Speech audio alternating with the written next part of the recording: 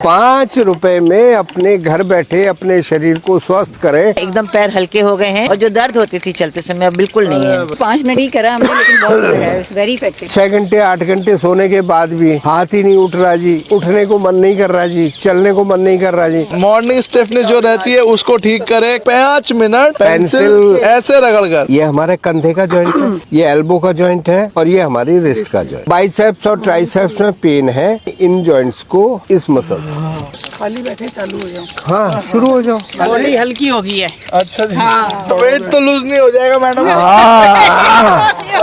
ये आपका कीबोर्ड है, यहाँ टाइप करोगे स्क्रीन पे टाइप हो जाए, तो अगर यहाँ करोगे तो अंदर ऑर्गन ठीक हो जाए। कंधे का दर्द ठीक हो गया मेरा, थोड़ा थोड़ा सा हुआ था आज, तो वो निकल गया। जो लस्सी रड़कते थे हाथ से, तो उनके हाथ के प्रेशर पॉइंट अपने आप दबते थे, तो इसलिए क्लास में ना आने का बहाना नहीं। पेंसिल रगड़ कर अपने स्टिफनेस को दूर करे, शरीर को हल्का बनाए। कंधा दर्द, कमर दर्द, घुटना दर्द, उसको ठीक करे। सिर्फ 5 रुपए की पेंसिल 5 मिनट रगड़ कर 5 तरह के लाभ इस प्रकार 5 तरीके से लिया जाए। हमारी स्पाइन को लेके चलते हैं, तो हम अपनी स्पाइन को ऊपरी हिस्से को, जिसको हम सर्वाइकल एरिया कहते हैं, इसको हम 4 पार्ट में बांटते हैं। पीठ करने की जरा, तो हमारी यहाँ से लेकर टेल बोन तक ये 26 वर्टिब्रा, 7 वर्टिब्रा आपकी गर्दन के अंदर होते हैं, एक के ऊपर एक रखे होते हैं। 12 आपके अपर बैक में होते हैं, यहाँ से यहाँ तक। 5 आपकी लोअर बैक में होते हैं, और एक जो ये पेल्विक एरिया है, इसकी पीछे वाली बोन सैक्रम बोलते हैं इसको, ये भी रीढ़ की हड्डी का पार्ट है। और इसके ठीक नीचे दोनों हिप्स के सेंटर में एनस के ऊपर, जिसको टेल बोन बोलते हैं, कॉक्सिक्स बोन,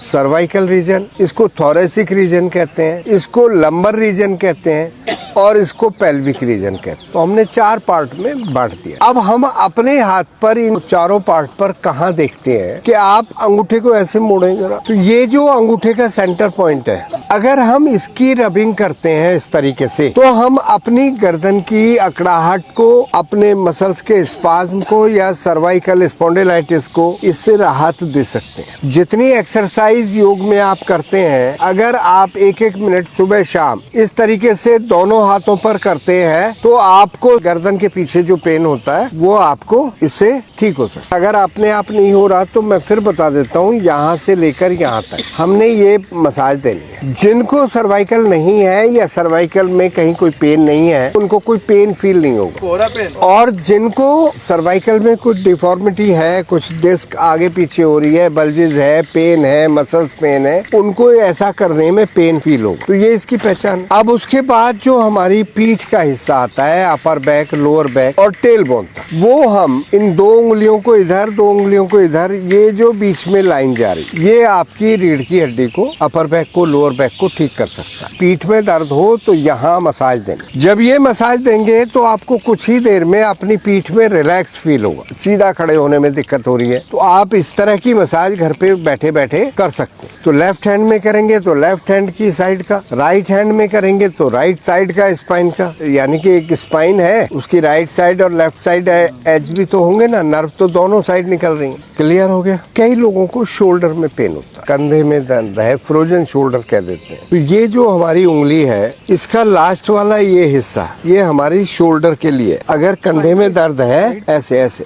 हाँ यस। हाथों में 4 उंगलियां होती, पहली उंगली और लास्ट वाली उंगली हम हाथों को ठीक करने में यूज कर सकते हैं। बीच की दोनों उंगली हम पैरों को ठीक करने में यूज कर सकते हैं। ये 2 हाथ हैं और ये 2 बीच के पैर। तो मान लिया किसी को एंकल में पेन है, बीच वाली उंगली के साइड में पहले जोड़ पर आप मसाज दें। पैर ऐसे ही तो होंगे ना, तो यहाँ टखना आ गया, यहाँ घुटना आ गया, यहाँ हमारा हिप जॉइंट आ गया। टखना कहाँ? नीचे, मतलब ऐसे करोगे तो सबसे पहला तो टखने में करना है, तो आपने इस तरीके से मसाज देनी, दोनों हाथों की, दोनों उंगलियों, चारों साइड हो। ऐसे कोई प्रेशर नहीं आएगा ना। इस तरीके से एजेस जो हैं इस पेंसिल के, वो एजेस आपके पॉइंट्स को रब करेंगे। ऐसे ही दूसरी साइड कर सकते हैं। घुटने में है तो आप सेंटर जॉइंट को करेंगे, ऐसे ही चारों साइड। हाँ, ऊपर से भी करेंगे, यहाँ भी दर्द हो सकता है, यहाँ भी और नीचे भी। तो हम इसको जोड़ को पहले बाहर से, अंदर से, ऊपर से, नीचे से। अब ये 2 पैर बताए, जैसे मैंने